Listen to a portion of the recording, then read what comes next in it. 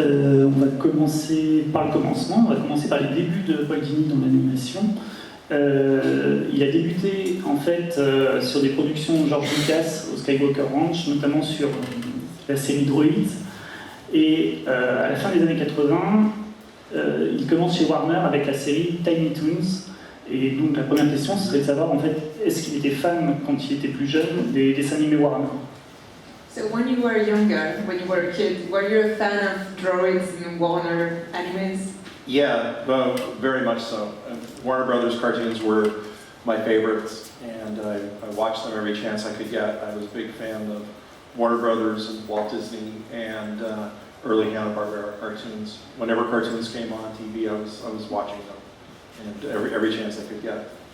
Oui, il était très fan. Il dit que tout ce qui était Warner Bros, Disney, Hanna-Barbera dans les débuts, il regardait dès qu'il pouvait, dès qu'il avait une chance de regarder ça à la télé, il se précipitait dessus, et donc il était très fan dès son plus jeune âge.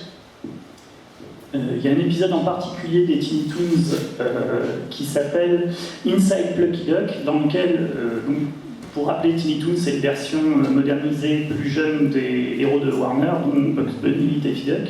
Et la version modernisée de Daffy Duck, Plucky Duck, dans un épisode, se déguise en Batman, et en différentes formes de Batman. Et cet épisode a été écrit en partie par Paul Dini. Donc on voudrait savoir en fait si c'était une volonté de Paul Dini d'écrire un épisode sur Batman, une parodie de Batman, ou alors c'est simplement que quelqu'un a proposé une parodie de Batman et qui s'est jeté sur l'épisode. So in the Tiny Toons anime, there's one episode in particular named Inside Plucky Duck. Oh yeah. And it's about Ducky being Batman.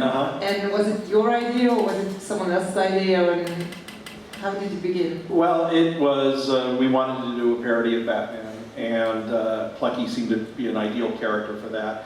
And we also loved old Warner Brothers cartoons. There was one called The Great Piggy Bank Robbery by Bob Clampett, where Daffy Duck is fantasizing about being Dick Tracy. And so we were looking to do an update of that and have Plucky fantasize about being Batman. And it was a chance to lampoon Batman and all the fun things that went along with him and his world, and do it with a Tiny Toon feel. And Bruce Timm and I were responsible in a big part for that cartoon. And we had worked before on some other cartoons for Tiny Toons and a few other projects. And we both loved Batman, and we thought, okay, this is as close as we'll ever come to being able to do Batman, so let's just parody everything we could. And that was our first stab at it, and then a year later we said, wow, how about doing Batman for real? D'accord. Donc du coup, en fait, tout a commencé, ils se sont dit, on veut faire une parodie de Batman, puisque lui et Bruce Timm étaient très fans du personnage, et ils se sont dit, Plucky, c'est un personnage qui collerait bien à cet univers, voilà, s'il y a un des personnages des Tiny Toons qui devait porter ce costume en parodie, ce serait lui à qui ça irait le mieux. Et il dit que lui et Bruce Timm ont été à l'origine de ça, et ça a été leur chance de pouvoir toucher un peu à ce personnage de Batman qu'ils aimaient énormément, et puis quelques années plus tard concrétiser ça en disant en fait on va faire une série animée aujourd'hui basée là-dessus. Mais donc voilà, c'était leur idée à la base.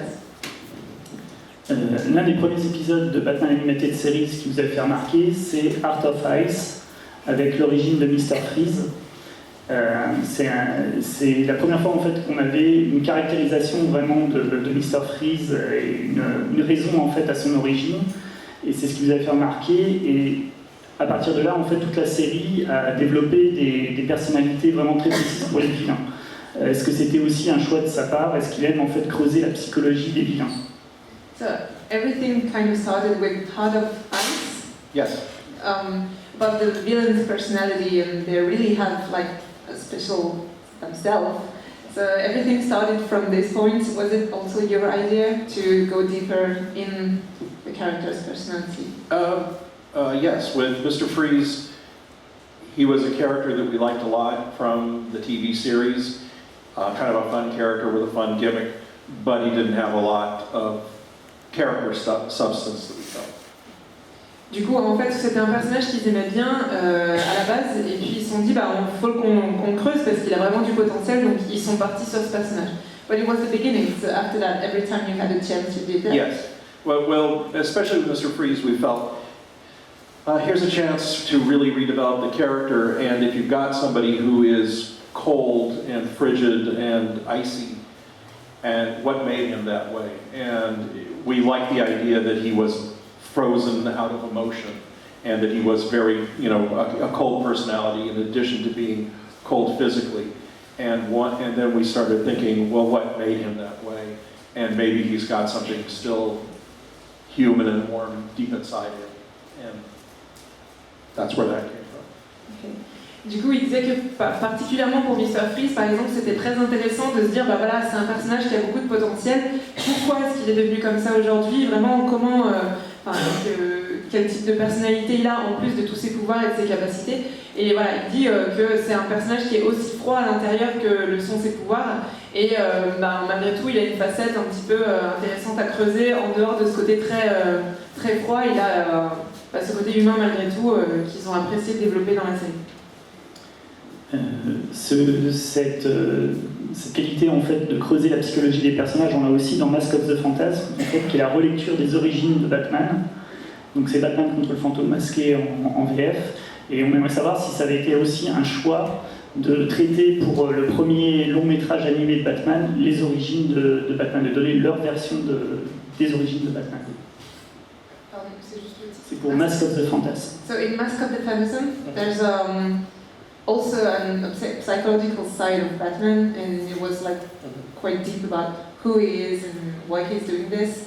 Was it also something you really wanted to do, like to go deeper also, or change the way we saw him, Batman? With Mask of the Phantasm, yes, we had a chance to do a movie about Batman, and in discussing it with Alan Burnett, our co-producer, we said, let's make this a movie really about him, and from his point of view, and dealing with him in his past, and the great love of his life that he lost.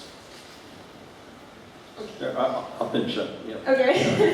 En fait, il dit qu'avec son coproducteur, du coup, ils ont bien discuté de ça, et justement pour cet animé, ils ont eu la chance de pouvoir aller plus profondément dans la psychologie de Batman et de pourquoi il est comme ça aujourd'hui, et que c'était vraiment une chance de pouvoir développer ce personnage. Et de toute façon, c'est ce qui les intéresse aussi quand ils font une série. With Batman, quite often the temptation is to tell a story around him, but not about him, because the villains are so colorful and they have colorful personalities and schemes. And there was certainly some of that in Phantasm, but Alan Burnett in particular wanted to do a story that struck at his heart. We did not want him just to be the hero solving the problem and leave him outside in the story. En fait, il dit que d'habitude, la plupart des animés ou des films, ce sont des films ou des séries animées autour de Batman, sont justement autour de lui, mais pas à propos de lui. Il dit qu'il y a beaucoup de vilains et de méchants qui ont une forte personnalité, qui ont des compétences assez extraordinaires, etc. Ce qui fait qu'on ne s'attarde pas sur lui, et que là justement il voulait changer dans ce film-là et parler de lui, de ses faiblesses, de sa personnalité et du fait qu'il a perdu l'amour de sa vie et que du coup voilà, ça l'a rendu comme ça aujourd'hui. Et peut-être alors pour rebondir sur Mask of the Phantasm, qui est du coup un moyen métrage qui est beaucoup plus long que les épisodes qu'on avait dans la série, comment est-ce que ce type d'épisode très très long en fait est venu en fait est-ce que c'est une volonté de votre part ou est-ce que ça a été dicté par Warner? So it was usually like a short kind of anime, but this one, Mask of the Phantasm, is longer. Was it like your idea? Did you really wanted to extend this, or was it made like an order from above? It came as an order from above. The animated series had been extremely popular in a very short amount of time, and they said, we see potential in this as a theatrical feature. And you guys go ahead and create the story that you want to do, and we will release it into movie theaters because we want to step up and compete with what Disney is doing in the feature film division. Donc en fait oui, ça a été un ordre venu un peu d'en haut par rapport au format donc plus moyen, plus long. Du coup, en fait, leur direction leur a dit, ben voilà, vous avez carte blanche pour faire un film, puisque la série marche extrêmement bien, on vous donne carte blanche pour faire un film sur ce que vous voulez à partir de cet univers-là. Et parce que leur but aussi, à cette direction, c'était de contrecarrer un peu ce que Disney faisait à cette époque-là avec les longs métrages. Et pour en revenir un petit peu sur l'écriture, l'un des personnages que vous avez sans doute préféré écrire, c'est forcément Harley Quinn, puisque c'est un petit peu votre bébé. Est-ce qu'il y a d'autres personnages comme ça qui ont recueilli un peu toutes vos faveurs quand vous deviez écrire le casting un petit peu de Batman? So one of your favorite characters is Harley Quinn, I guess. She's kind of your baby. Oui. And so we think she's your favorite, but you have other favorite that you especially like. I like them all to a great degree. It all depends on what kind of a story occurs to me. And if I get a good idea for a Poison Ivy story or a Two-Face story, those characters tend to dominate my thinking for the while I'm writing it. I also like writing stories that are very heavily about Batman and Bruce Wayne, because you can't diminish him at the cost of a colorful villain story.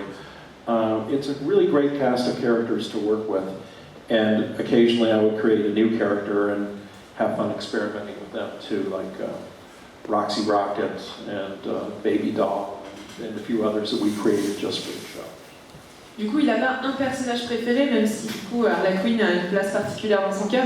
Il dit que chaque personnage, en fait, vilain justement, avait a ses capacités et ses caractéristiques, et c'est ce qu'il aime bien, et qu'il a pu justement, il a pu mettre à profit les personnages en fonction des histoires. Il s'est dit, ben voilà, si j'ai une bonne histoire pour Poison Ivy ou Double Face, je vais justement pouvoir exploiter ce personnage, et c'est la richesse de tout ça qu'il a apprécié. Il a beaucoup aussi aimé creuser un peu l'histoire de Batman et pouvoir mettre en avant justement autre chose que les vilains lors des animés. Et puis il a eu la chance de créer d'autres personnages comme Baby Doll ou Roxy Rocket. Voilà. Et pareil, en restant un petit peu dans le domaine de l'écriture, est-ce qu'il y a des personnages qui s'écrivaient tout seuls, et au contraire, est-ce qu'il y a des personnages beaucoup plus compliqués à écrire au niveau de la personnalité ou des enjeux? So when you had to create a new character, was it always like easy, or was it sometimes really difficult? Do you have one example in mind? We would look at Batman's world and try and find a character that fit in specifically to some element of that world. There was a character that we created especially for the show that later wound up in the comic books called Lockup. And the idea was that he was a security guard or a security expert at Arkham Asylum who became obsessed with keeping prisoners locked in jail. And that, to me, was a character that was a very good fit into his world, because that was an extension of Batman's desire to keep the city safe, and the character Lockup was like a deviation of that. It was somebody who took his job way too seriously and went over to the other side. So this was easy to Yes. create. Yes. What about, I will translate, but what about one example that was really difficult to create? I will just translate because I will forget. Well, there were other characters that we came up with that were just very bizarre. We had a villain called Farmer Brown who showed up in a later episode, and he really didn't fit into Batman's world at all, but he was an entertaining character to do. What's his name? Farmer Brown. Farmer Brown. He's a farmer. And Okay. He's got blonde hair. yeah, he had a pitchfork and overalls and a daughter who was like a big country girl who helped him out. But he was actually a guy who had he was a farmer, but he was also a genetic scientist. So he was a guy who found out a way to mutate animals and make huge chickens and turkeys and monster cattle and things like that. So, and he was fined for doing it and run out of business, so he snapped and made these mutated monsters and set them loose on Gotham City. That is a really bizarre story. It doesn't really fit in with Batman all that much, but as an animated show, as an episode, it was fun to do one time. Ok. Donc du coup, oui, il y a des personnages qui ont été plus faciles à faire que d'autres, parce que, pas par rapport à leur personnalité, mais plus par rapport au fait qu'ils appartiennent ou pas à l'univers Batman. Donc du coup, il y a eu par exemple Lockup, qui était un des gardiens de l'asile, qui du coup avait une obsession de, voilà, il ne faut pas que ces prisonniers s'échappent, oh mon Dieu non.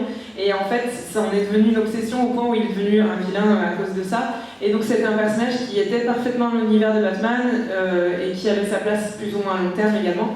Et il y a eu d'autres exemples où là, c'était plus difficile parce que ça collait pas forcément à l'univers de Batman, avec donc Farmer Brown, qui était donc un fermier qui a sa fille qui vit pas forcément dans la ville du coup, et qui a réussi parce qu'il est aussi généticien, enfin il est doué là-dedans en sciences, qui a modifié génétiquement des animaux et qui en a fait des animaux extraordinairement grands avec des forces incroyables, etc. Et qui du coup les a relâchés parce qu'il a pété un plomb, il a perdu tout son argent et sa ferme. Et du coup il les relâche dans Gotham, et donc ça allait très bien pour un épisode, mais c'était pas un personnage qui aurait pu durer dans le long terme, donc moins facile à créer. I also think it's worth mentioning that Farmer Brown was created by Steve Gerber, the famous comic book writer, who also created Howard the Duck and was responsible for Man-Thing and a lot of bizarre Marvel comics. So when he came to work for us, he brought over ideas like Farmer Brown. Moi, du coup, il dit que bon, c'est pas tout à fait leur faute parce que c'est pas eux qui l'ont créé, c'est un autre et quoi, scénariste ou Scénariste, c'est Steve Gerber. D'accord. Steve Gerber qui a créé donc Howard le Canard et Man-Thing et plein d'autres personnages assez bizarres. Un peu bizarre. Vous avez créé Harley Quinn. Est-ce que vous pouvez raconter en fait comment vous est venue l'idée d'Harley Quinn et comment est-ce qu'elle s'est développée en fait au fur et à mesure? Parce qu'au départ, elle était juste figurante dans un épisode animé. So about Harley Quinn, how did you create this character? And she was not supposed to stay long at first. She was just supposed to stay once, and then why did she stay? Harley Quinn was created because I needed the Joker to have some hench people in an episode. I usually would give him, one or two assistants and, henchmen. And I thought, what about a female hench person in an episode? And I was trying to come up with a character for her, and I just didn't want her to be a tough person or somebody else with a gun. And I thought, what if she's actually kind of funny and has this sort of innocent but manic quality to her? And I was sort of inspired by the malls and henchwomen in the 1960s Batman shows. Sometimes you'd have the Riddler or the Joker or King Tut who would have a girl assistant. And I thought, let's do our version of that and let's make her a bit of a personality. Et du coup, à la base, oui, en fait, il cherchait un espèce d'homme de main pour le Joker, enfin un assistant, un second. Et puis il s'est dit, mais pourquoi pas une femme en fait? Il voulait pas un personnage qui soit trop badass, costaud, avec des pistolets, des flingues, etc. Mais plutôt quelqu'un qui, pourquoi pas, soit très drôle et un côté un petit peu innocent tout en étant complètement taré. Et du coup, voilà comment elle est née. Et puis il s'est inspiré aussi des personnages un peu féminins aussi de la série, des comics Batman des années 60. Pour créer ce personnage qui du coup a une part innocente mais se complète bien avec le Joker.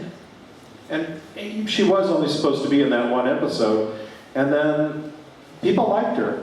They thought she was funny. The model drawing that Bruce came up with was very appealing, and the voice by actress Arlene Sorkin was fun, and it just sort of clicked, and I thought, and the next time I wrote a Joker story, I said, well, I'm going to bring her back as his recurring helper. And there was some resistance to that. Some of the people said, well, we've seen her once, why do we need her again? And I thought, well, she was funny once, let's see if we get the same reaction. And we did, and then we decided to drop her out of a few episodes because we didn't want to diminish the Joker too much, and by putting him in a relationship right away, we felt like let's leave ourselves open to tell stories without her and without recurring hench people, and in certain cases, and give him more of the spotlight. Du coup, en fait, elle a été très bien accueillie parce qu'elle devait rester qu'un seul épisode, et puis en fait, les gens l'ont trouvée très drôle et très sympa. Donc ils se sont dit, pourquoi pas. En plus, côté dessin, Bruce Timm avait fait du coup une esquisse, graphiquement, elle était très bien. la voix pour le doublage était super aussi. Et donc du coup ils se sont dit on va la garder, on va la faire revenir dans plusieurs épisodes. Ça n'a pas été apprécié par tous, il y en a qui disaient bon on l'a vu une fois, ça va, on n'a pas besoin de la voir plusieurs fois. Puis ils ont quand même tenté et en fait ils se sont dit voilà, par contre on ne veut pas qu'elle soit tout le temps avec le Joker parce que ça sert à rien, on ne va pas les mettre dans une relation quelle qu'elle soit tout de suite. Mais en tout cas voilà, il y avait des épisodes sans elle, des épisodes avec elle, mais elle est revenue et elle a eu beaucoup de succès.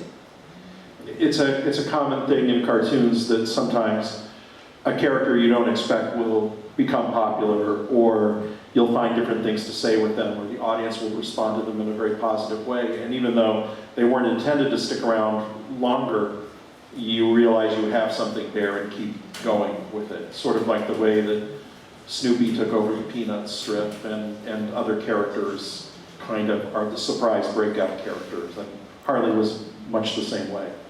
Il dit que dans l'univers des comics, c'est quelque chose qui est assez, pas si rare que ça, qu'un personnage qui n'est pas censé rester et pas censé avoir une place importante et beaucoup de succès et du coup devienne un personnage récurrent. Et donc du coup voilà, c'est pas du tout surprenant. Il prenait l'exemple de Peanut avec Snoopy qui du coup n'était pas à la base un personnage si important que ça et qui voilà, c'est quelque chose qui ne les a pas étonnés. Alors, Harley Quinn appartient au genre de la comédie. Il y a beaucoup de références dans la série animée Batman aux comédies et aux films classiques hollywoodiens. Est-ce qu'il y a des auteurs de comédies classiques hollywoodiennes qui vous inspirent plus que d'autres? So Harley Quinn is quite funny and there's a lot about comedies and shows like this. Do you have any names in mind that you really like about comedies? About Movies. movies.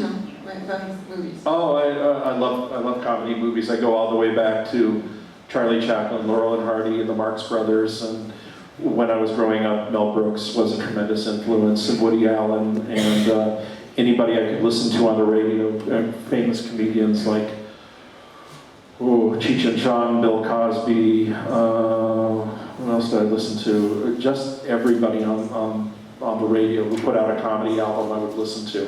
The National Lampoon, I love the magazine and the movies they made. But I would see everything in comedy, and I really felt that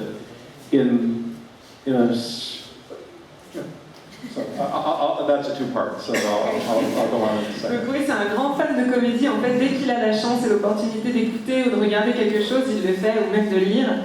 Il disait que depuis toujours, il aime encore aujourd'hui même les grands classiques de Charlie Chaplin, Laurel et Hardy, Marx Brothers, des trucs comme ça. Et aussi, il a eu une grande période Mel Brooks, pour ceux qui connaissent, qui est un humour un peu absurde aussi sympa. Et voilà, c'est quelque chose qui lui plaît beaucoup. À la radio aussi, il parlait de Bill Cosby. Bill Cosby, Cheech et Chong, voilà. qui sont pas très connus en France, mais Bill Cosby un peu plus malheureusement. Et du coup, voilà, c'est quelque chose qu'il aime bien, et également à travers les magazines, enfin dès qu'il a une chance. In terms of Batman, I always felt that humor worked very well to alleviate some of the darkness in his world. That when you're writing a half-hour episode and you're dealing with very heavy themes, and sometimes it can get scary or violent, humor mitigates that in some way, and it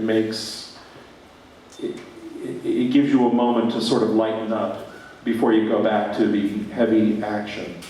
So that's why I enjoyed bringing in characters like Harley Quinn or even Robin, some of the episodes, because he would lighten things up. Et il dit que pour lui c'était extrêmement important d'apporter de la comédie dans tout cet univers très sombre de Batman et qui des fois peut être assez violent. Et du coup ces personnages-là comme Robin ou Harley Quinn par exemple apportaient des petits moments de soulagement parmi toute cette noirceur et ce côté un petit peu violent de la série. Et que c'était très important pour lui qu'il y ait ça dans cette série. Et donc pour rester dans le registre de la comédie, c'est aussi quelque chose que vous avez apporté en bande dessinée quand vous avez raconté les origines en fait de Harley Quinn dans Mad Love. Comment est-ce que ce projet en fait est né? So what about Mad Love? How did you think about this? How did you create it? Mad Love came about sort of as an invitation from DC Comics. The people we were working with at DC at that time, which included Paul Levitz and Denny O'Neil, who was in charge of the Batman books, they really liked the animated series an awful lot. And Alan Burnett and Bruce Timm and myself had a very easy rapport with them. Whenever they needed something pertaining to the show, they would call us up and we would work together. They were very good collaborators. En fait, c'est venu de DC pour Mad Love. En fait, ils les ont contactés en leur disant on aimerait bien développer ce côté-là puisque ça a bien plu. Et du coup, par contre, je m'excuse pour les noms parce que je ne me souviens pas de tous. Je ne sais pas si vous voulez les citer. Je sais qu'il y a Bruce Timm évidemment, Daniel Mill aussi. Il y a Janet Kahn, Denny O'Neil qui était à l'époque le Oh oui, Janet. Yeah. Janet Kahn, Denny O'Neil et Paul Levitz. Ouais. Merci. Oui, Paul Levitz. D'accord. Qui du coup ont tous collaboré pour créer ce projet et DC n'hésite pas quand ils ont des opportunités comme ça à faire appel à eux pour développer de nouveaux projets assez sympas et originaux. So DC was doing a Batman Adventures comic book at that time, and they extended the invitation to us and they said, by all means, if you ever want to do something for the book, let us know and we'd be happy to, if you want to write a special story for us. So Bruce and I were talking about it and we said, okay, let's do something. And we went to lunch one day and we both were thinking about Harley and we said, well, what about an origin of Harley Quinn? And we both liked that idea a lot. We just sat there and we kind of sketched out some ideas. And I had some ideas about who she was and where she might have come from, and so did Bruce. And we tossed the ideas back and forth. And we started with the idea that we know very little about her. Was she always a criminal? Maybe not. Where did she come from? And we liked the idea that it was surprising that she was actually a doctor at Arkham Asylum who in some form was seduced by the Jokers to his way of thinking. Du coup, en fait, DC travaillait sur d'autres projets. Ils leur ont dit, si vous avez une idée originale à nous proposer, on est tout à fait ouvert pour ça. Et du coup, avec Bruce Timm, ils ont déjeuné un midi et ils ont discuté en disant, qu'est-ce qu'on pourrait faire? On pourrait faire les origines d'Harley Quinn, ce serait une bonne idée. Et ça va soulever quelques questions. Est-ce qu'elle a toujours été une criminelle? Si oui, pourquoi? Non. Et en fait, ils se sont dit, non, on va créer Harley Quinn et ses origines, c'était qu'elle était médecin et qu'en fait, elle est tombée amoureuse du Joker et que elle a suivi dans sa folie à ce niveau-là, mais qu'à la base, c'était pas une criminelle du tout. One of the other ideas that we added in there was, when we were talking about it, was an idea that occasionally you will hear stories about a criminal in prison who gets letters of affection from somebody on the outside, a stranger who doesn't even know them. And it has happened that, women and presumably men have fallen in love with somebody in prison that they see something in. And that idea was very appealing to me, like somebody who would gravitate to the Joker and say, that is the special person in my life. Why would they think that? What would be the thought process where they would select this insane killer as their special person?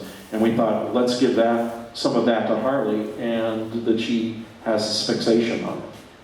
En fait, ils se sont inspirés du fait qu'il y a beaucoup de prisonniers qui reçoivent des lettres d'amour d'inconnus, qui n'ont donc jamais croisé, de ces personnes qui leur vouent un amour et une dévotion alors qu'ils ne se sont jamais vus, complètement étrangers, et ils se sont dit, on va donner ça à Harley Quinn, on va lui donner ce côté, elle est complètement amoureuse de quelqu'un qu'elle ne connaît pas et qui en plus a fait des choses mauvaises, du coup, et fait toujours des choses mauvaises. Et donc ils se sont inspirés de cette réalité-là pour donner un peu plus de profondeur à son personnage.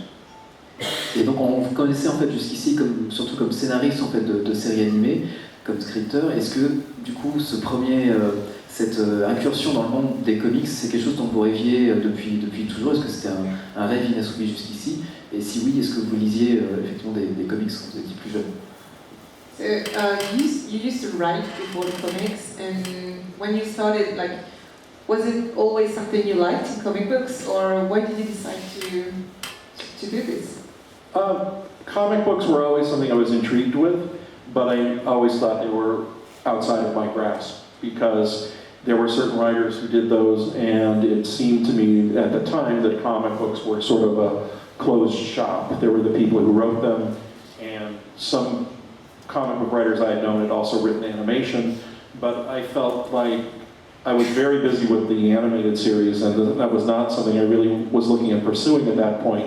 until we got the invitation to write something. And then once Bruce and I made the commitment to telling the Mad Love story, we said, okay, well, here goes 3 months of our lives while we work double duty, doing the show during the day and then writing and drawing at night. And it was a time commitment more than anything that I hadn't pursued comics before.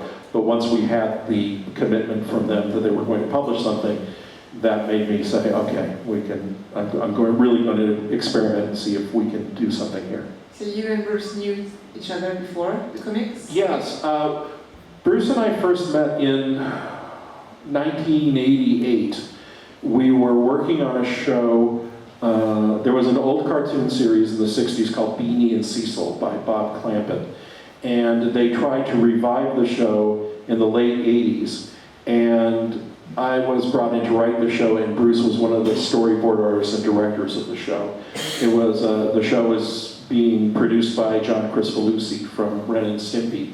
And he had put together a team of artists that he had worked with on Mighty Mouse and brought them over to do Beanie and Cecil. And it didn't last very long. Alors du coup, en fait, donc l'univers des comics, puisque avant c'était donc pas son corps de métier, c'était quelque chose qui l'intéressait, il connaissait, mais il n'avait jamais envisagé d'y travailler parce que pour lui c'était quelque chose d'un univers très fermé, donc pas forcément accessible du tout. Et puis en fait, c'est quand on leur a proposé, lui et Bruce, de travailler pendant 3 mois au moins sur une série animée, qu'il s'est dit bon bah ok, on va essayer, on va travailler la journée, on va continuer à écrire le soir pour développer tout ça. Et donc voilà, ils ont travaillé ensemble là-dessus, et c'est comme ça qu'il a mis un pied dans l'univers des comics. Après, je lui ai posé la question d'est-ce qu'ils se connaissaient avant de travailler sur Batman, du coup. Il a dit que oui, ils se connaissent depuis 88, ils avaient travaillé sur une série à la fin des années 80, où en fait les réalisateurs voulaient donner un coup un peu de boost à cette série, et donc avaient regroupé des artistes pour travailler ensemble. Ça n'a pas marché à long terme, mais en tout cas ils se sont rencontrés à cette époque-là. Et donc si on poursuit un petit peu votre carrière en tant que producteur et scénariste de séries télé, séries animées, après Batman, donc, tel qu'on le connaît dans les années 90, il y a eu l'évolution un petit peu de la série qui s'appelait Batman Beyond, et notamment la création d'un personnage qui s'appelle Terry McGinnis, qui est ce Batman un petit peu du futur, ce jeune Batman. Est-ce que vous pouvez nous raconter un petit peu le contexte de la création de cette série? So after the 90s TV show Batman, there was the Batman Beyond. Yes. So there's this kind of new character, and can you tell us more about this? Sure. Batman Beyond came it was kind of a surprise to us. We were doing the Superman animated series, and we had come back with a new take on Batman. Bruce had redesigned Batman to fit in more with the look he had created for the Superman series. And we liked the dynamic of where Batman was at that point. And we could have easily gone another 2 or 3 seasons telling Batman stories in that world. Du coup, en fait, c'était à l'époque où, donc après la série des années 90, ils travaillaient tous les deux sur la série animée Superman. Et Bruce a refait tout un graphic design là-dessus avec un nouveau Batman, en se disant, bah voilà, il va aller mieux coller à la tendance du moment, on va dire. Et voilà, ils ont commencé à travailler là-dessus, et pas forcément, alors qu'ils auraient pu continuer 2-3 saisons sur les origines de Batman, ils sont un peu repartis sur autre chose. And then what happened was, as often happens in television, new people came in to oversee the show. We started originally on the Fox network in the afternoons, and then Warner Brothers started their own channel called the WB, and they wanted Batman and Superman as part of the shows on the WB network, and that brought in dealing with a whole new executive mindset. And what happened was, even though the Batman show was doing great and we were really enjoying it, the executives came in and they said, we have to have you guys start thinking much, much younger. Donc en fait, à la base, ils étaient sur la Fox, et puis il dit c'est quelque chose qui arrive souvent en télévision, il y a beaucoup de changements, et donc Warner Bros a ouvert sa propre chaîne de télé, et leur ont dit bon bah voilà, maintenant vous allez partir sur WB, du coup la nouvelle chaîne télé, et ils ont changé aussi d'équipe de direction, enfin voilà, il y a eu beaucoup de changements à ce niveau-là, et en fait, ce qui s'est passé, c'est qu'au bout d'un moment, ceux qui dirigeaient la chaîne leur ont dit bon les gars c'est sympa, mais il va falloir penser beaucoup plus jeune. Donc du coup ils ont dû tout rechanger à ce moment-là, alors que la série marchait vraiment très très bien au même moment. And with these new executives, they were saying,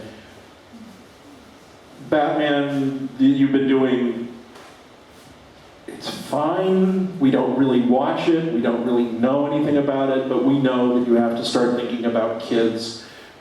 Batman has to be younger, we scale it down, we don't want to do adult Batman, we want a kid Batman. And basically we felt, we're doing fine with the episodes we're doing, but it came down to, basically they said, we want a kid in the Batman suit. And we don't care how you do it, but we want a little kid, or a teenager, to be Batman. Donc en fait, toujours cette équipe de direction leur a dit, bon bah en fait on connaît pas trop la série, hein, nous voilà, on sait que ça marche bien, c'est tout ce qui nous importe.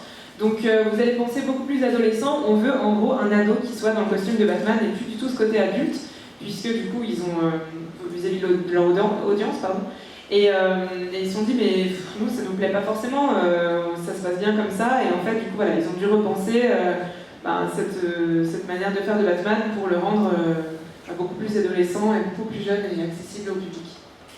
And what we didn't want to do was do Bruce Wayne as a kid. We didn't want to, do the things that you would think that we would do, because there's a big trend, and once an executive thinks a concept has run its course, let's do a younger version or a baby version of a character that people know. So we started thinking about it, and we thought, what if we do a show that's set in the future? Bruce Wayne is still around. He's an old man in his late 70s. He is cynical and he's bitter, and basically someone new comes to him, discovers he's Batman, and becomes the new Batman. And once we started thinking around that way, we realized that it was a much more palatable solution than just putting a kid in the Batman suit. Especially if the kid, Terry McGinnis, had a chip on his shoulder and was kind of at a crossroads of maybe becoming a bad kid. Donc en fait, ils voulaient surtout ne pas prendre Bruce Wayne et le faire en adolescent, parce qu'il y a beaucoup de variations dans les séries télé où quand ça marche bien, ils vont prendre le héros, ils vont mettre adolescent ou même enfant. Et ça, vraiment, ça leur plaisait pas, donc ils se sont dit, et si on faisait une version alternative dans un futur où Bruce Wayne existe toujours, mais il est à la fin des années, il a à peu près presque 80 ans, et donc du coup il est toujours dans le coin, mais voilà, c'est un vieux cynique qui n'est plus dans le costume de Batman, et créer cet adolescent qui du coup se rend compte qu'il peut prendre le costume et devenir Batman lui, et en ayant un petit peu ce côté un petit peu mauvais, un mauvais garçon qu'il a, qui du coup n'en fait pas un super-héros à 100% gentil, et c'était assez intéressant, ils ont trouvé une bonne alternative à ce niveau-là. And once we had this new identity established and this new world established, and a great new visual take on it that was created by Glenn Murakami working with Bruce, it really became an interesting show, and a show that we really enjoyed doing. And to a degree, we hated kind of leaving the traditional Batman and then, moving over to do this, but the more we did Batman Beyond, the more we liked it. And the network's attitude was really like, this really wasn't what we wanted, but it's okay. I mean, it's fine. They came to like the show and let us do the show the way they wanted, but we were tricky. We created something that we liked first, and then we wanted to make sure it worked. We didn't want to just give them a kid in a Batman suit. Parce qu'en fait, donc, ce que la chaîne voulait vraiment, c'était un Batman adolescent, et eux se sont dit non, on veut pas de Batman adolescent, c'est pas possible. Et du coup, cette alternative leur a bien plu. Et au début, où ils étaient un peu réticents, ils se sont mis au fur et à mesure des épisodes à se dire en fait, ça nous plaît bien, le concept nous plaît, les personnages nous plaisent. Et la chaîne n'était pas hyper chaude non plus. Vous avez pas vraiment fait ce qu'on voulait, c'est-à-dire que nous, on voulait un Batman ado. Et du coup, il dit on a fait d'abord ce qui nous plaisait, et puis après, on l'a adapté à la chaîne qui, du coup, à la fin, a bien aimé du coup la série également.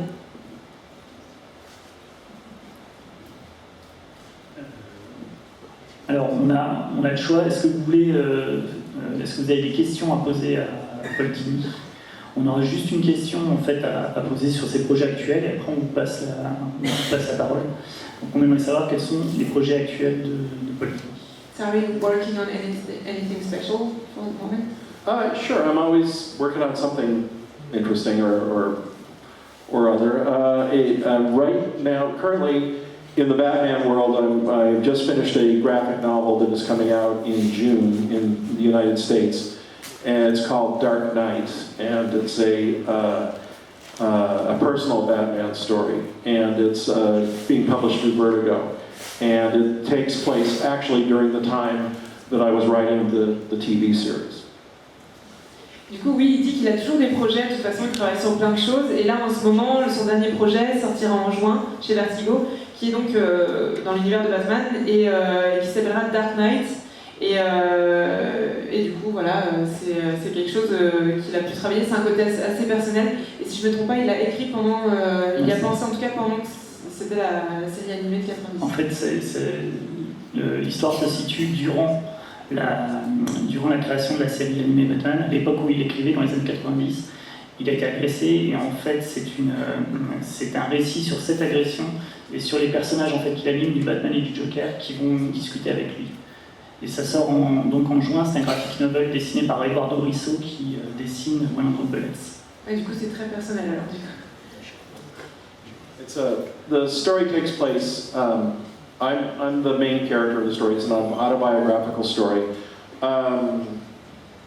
When I was doing these series, and the show had aired, it had been on for a few months in the States, I was a victim of a violent attack, and I was injured and I had to go to the hospital, and my face, half of my face was destroyed and I had to be rebuilt. And it was a time of darkness for me and soul searching, and a time I was saying to myself, Batman doesn't really make any sense for me anymore, and I don't want to write him anymore. And this is while we were just starting to write the Mask of the Phantasm movie, and I was at home after surgery as my face was healing and dealing with a lot of fear about the attackers who waylaid me and everything. And Batman didn't make a lot of sense to me, and neither did leaving the house, and my life became kind of at a stop at that point. And Dark Knight is a story that's told both in reality and in my imagination with the Batman characters and Batman himself as sort of a Greek chorus, an imaginary chorus of spirits that are either talking to me or encouraging me or deriding me as I go through this ordeal. Du coup, donc c'est un petit peu ce qu'il vient de raconter, c'est-à-dire que voilà, pendant l'époque où il y avait la série télé qui a été créée, il a été victime d'une agression très violente qui lui a ravagé la moitié du visage. Donc du coup, il a été à l'hôpital pendant un moment. Ils lui ont reconstruit cette partie du visage. Et il disait que c'était la déprime, quoi. Il n'avait plus envie de continuer Batman, ça n'avait plus aucun sens. Il avait peur de sortir de chez lui, il était terriblement angoissé. Et que du coup, voilà, c'est cette partie-là qu'il a pu concrétiser aujourd'hui avec des échanges avec Batman, avec tout ça, une personnification de lui dans le comics. On va peut-être passer au... So that book is coming out. Eduardo Rizzo, 100 Bullets, did the artwork, and it's really, really beautiful. And I'm very happy to be able to tell the story, and especially in this rather unique format. What did you say about 100 what? 100 Bullets. Ah.